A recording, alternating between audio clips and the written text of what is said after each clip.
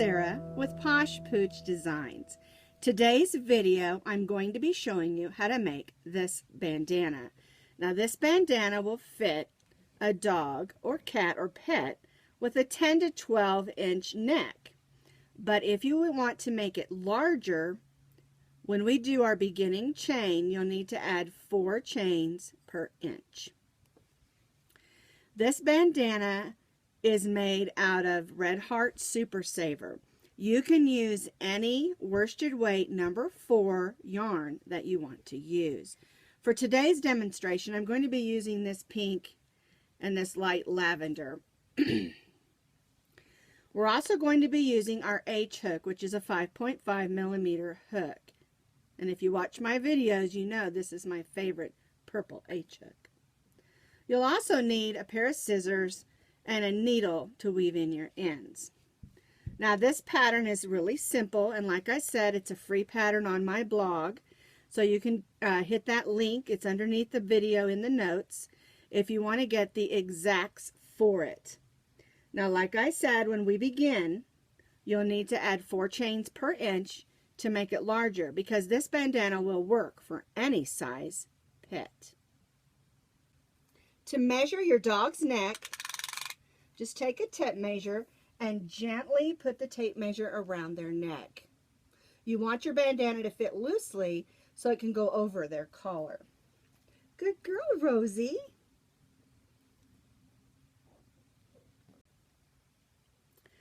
We're going to begin by working the granny stitch portion of our bandana first, and then we'll come back and add the ties and the trim. So I'm using my pink because that's going to be my main color. And the first thing that we need to do is chain 33. Now, the chain for the 33 is for a 10 to 12 inch neck. If you need to adjust that, be sure and add 4 more chains for each inch bigger, or subtract 4 chains for each inch smaller.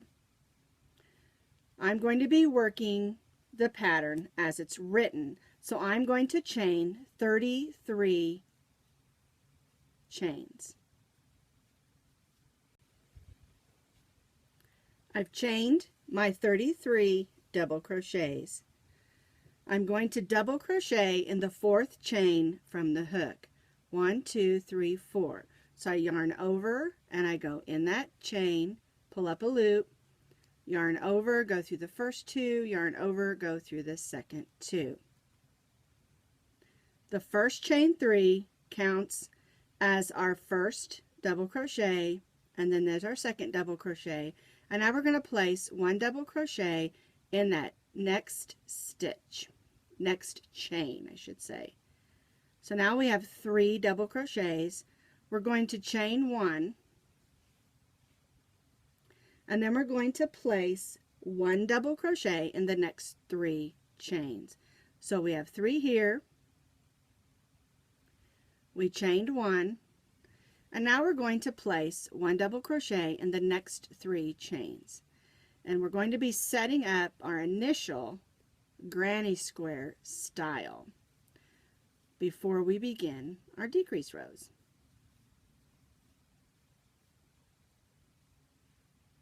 Chain 1, skip the next stitch, and then 3 double crochets, 1 in the next 3 chains. 1, 2, 3. And we're going to repeat this across our row. And we should end up with 8 sets of 3 double crochets.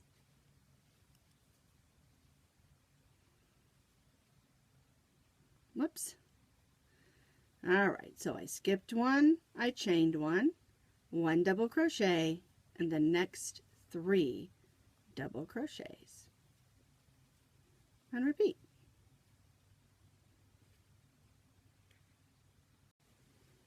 So I completed across my clusters. I've got 1, 2, 3, 4, 5, 6, 7, 8 sets of 3 double crochet, or 8 sets of 3 double crochet clusters. And now this next row, I'm going to set you up and show you how we are decreasing so that we move down to our point. And the way I do it, it makes these kind of nice little scalloped edges so that we don't have to go back and trim it. So what we're going to do is we're going to just chain 1, and then we're going to turn our work, and we're going to skip over to the first chain 1 space, and we're going to place 3 double crochets in that chain 1 space. So I'm going to go right in that space, and I'm going to place 3 double crochets.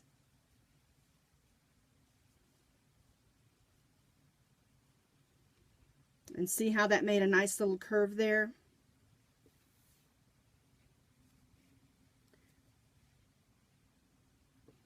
Now I'm going to chain 1, and I'm going to go to the next chain 1 space and place 3 double crochets.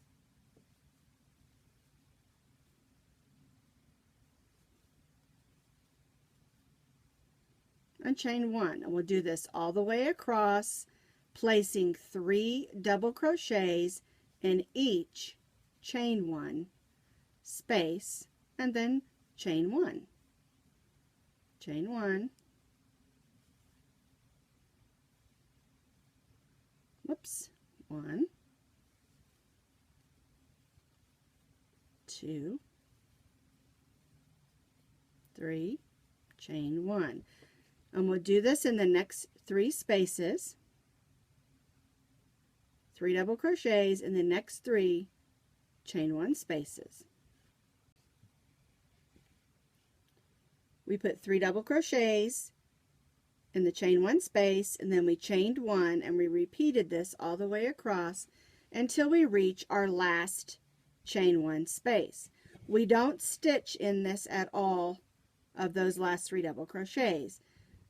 This is where those little ripple edge, scalloped edge comes in. We're going to chain 1 here, and you'll notice where we had 8 clusters on this first row, now we only have 7 clusters.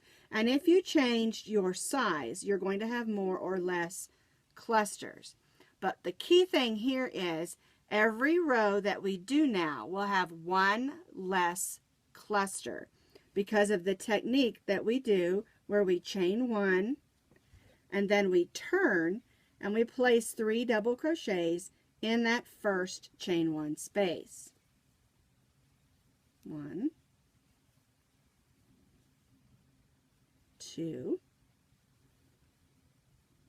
3, chain 1, fuzzball there, and you can see it formed a little bit of a scallop. I keep wanting to say cluster. It forms a scallop. So we chain 1 and then we place 3 double crochets in the next chain 1 space. Chain 1, and then we go right in this next chain 1 space. Pull some yarn here.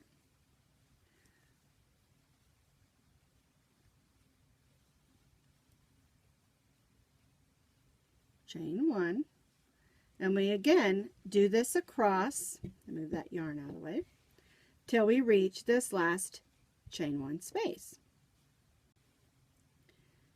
So we did the same thing. We chained 1, we placed 3 double crochets in the first chain 1 space, then we chained 1, 3 double crochets, chain 1 all the way across, working in those chain 1 spaces, and now we're at the last chain 1 space, and we don't connect here anywhere. We just chain 1 and we turn our work and we do the same thing. 3 double crochets in that first chain 1 space.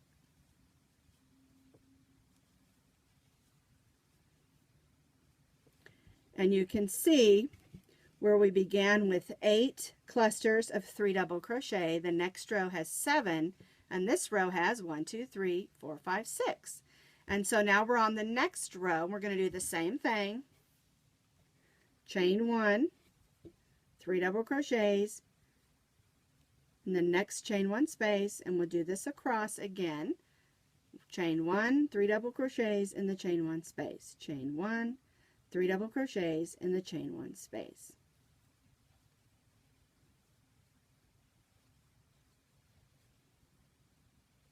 Whoops, got my yarn caught. There we go. 1, 2, there we go, chain 1 and 1, 2, 3 and the last chain 1 space. There we go, chain 1 and turn our work. So like I said, we have 8 clusters, 7, 6, 5, and we're going to continue to do this. The chain 1, 3 double crochets in the chain 1 spaces, turn, chain 1. And we're going to do this until we get down to only having 2 of our 3 double crochet clusters left. I continued to repeat the pattern, how we were decreasing, till I'm down to 2 clusters. I'm going to show you how to finish it off. So we're going to chain 1 and turn, and we're going to make a cluster in that last chain 1 space. So we'll put our 3 double crochets in there. 1, 2, 3. Then you're going to join this last cluster to the second double crochet of this last cluster. So we're going to put our hook through that second double crochet of this cluster right here on this side, and we're just going to slip stitch, and that's just going to make it a little bit rounder on the bottom, and we're going to tie off. Now the amount of rows will depend on if you added or subtracted 4 chains per inch. And the reason you add or subtract 4 chains per inch at the beginning is because that adds an additional chain 1 and 3 double crochets and makes it a little wider. And then that gives you your rows a little bit longer also. And just in case, I want to show you the end of this. We did our last cluster, and then we joined to the second double crochet of the previous row's cluster on this side. And I'm going to take my needle and weave that in, and I'm going to go ahead and weave this end in with my needle, and then I'm going to show you how to add the tie and the trim.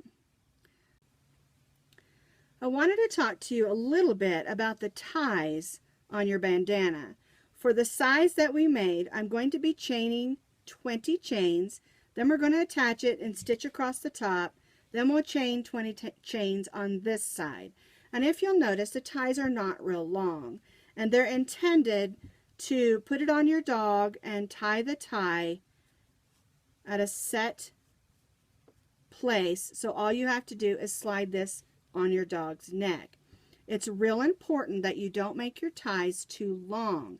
You don't want these getting caught in their toenails or their teeth, because if they can catch them in their teeth, they'll chew on them, and of course if they get caught in their toenails, they could trip or something.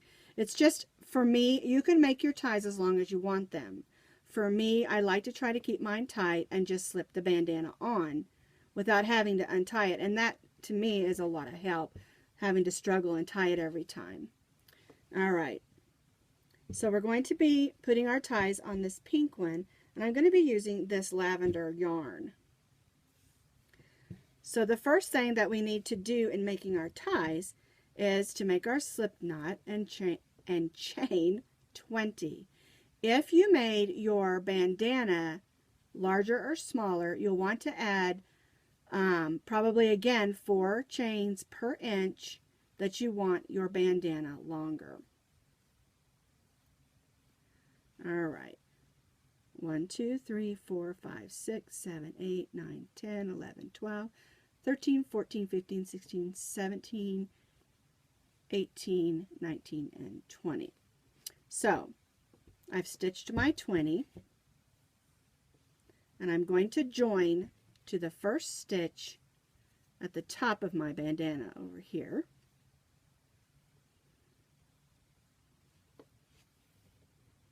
and we're going to place, we joined with the single crochet, and we're going to place 1 single crochet in each stitch across the top of our bandana. And remember, this is working on the other side of our beginning chain. So you'll be placing a single crochet in each of those stitches across. And since I began with 33, I should have 33 stitches. So we're placing, we did our chain, we're placing a single crochet in each stitch across, and then we're going to chain 20 again.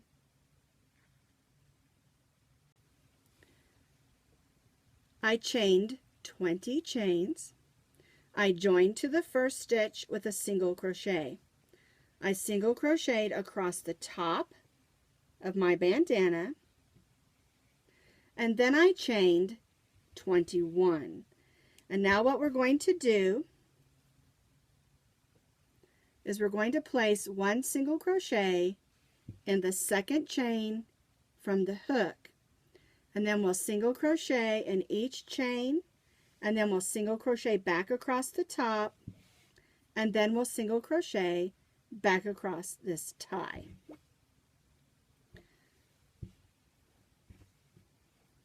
So, oops, I was going to do a double crochet. So we're going to single crochet in the second chain. There's the first. We'll go in the second and make a single crochet. And then we'll single crochet back across this chain.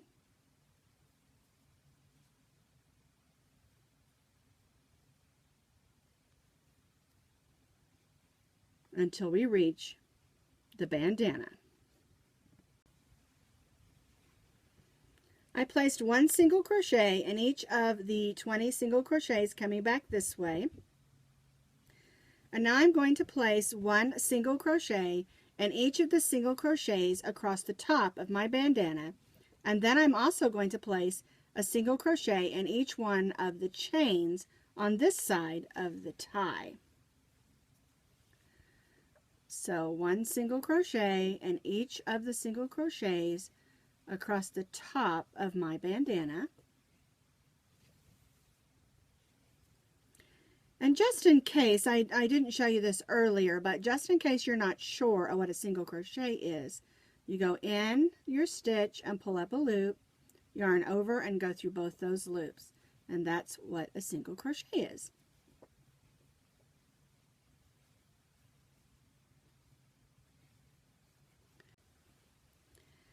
So I placed 1 single crochet in each of the chains. Then I placed 1 single crochet in each single crochet across. And then I placed 1 single crochet in each of the chains this way. And so the last thing that we're going to do is just place 1 single crochet in each single crochet going all the way across for 1 more row. Now if you made your bandana bigger and you want the tie and the band to be thicker, you can do a couple more rows if you want to.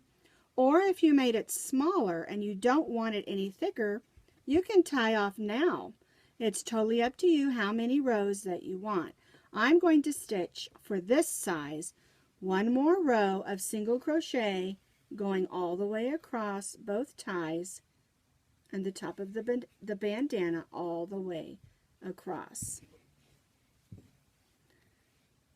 I think I prefer just a little bit thicker for my ties and my trim. So 1 single crochet in each single crochet across. I finished my last row of single crochet going across the ties and the top. So I'm going to cut my yarn and tie that off, and I need to take my needle and weave in my ends, and I'll do that in just a second. But I also wanted to tell you that this is just a plain fun bandana, and you can add any kind of embellishments that you want. Here's a heart that I made for Valentine's Day. It's from my Conversation Hearts pattern. And or you can add some buttons or some ribbons or whatever you want. Just be sure whatever you add, that you add it so that it stays put. You sew it on tightly, because you don't want anything that the dogs can chew, you know, for them to get to. All right, so I'm going to take my needle and I'm going to tidy up my ends. And this is how you make my basic dog bandana.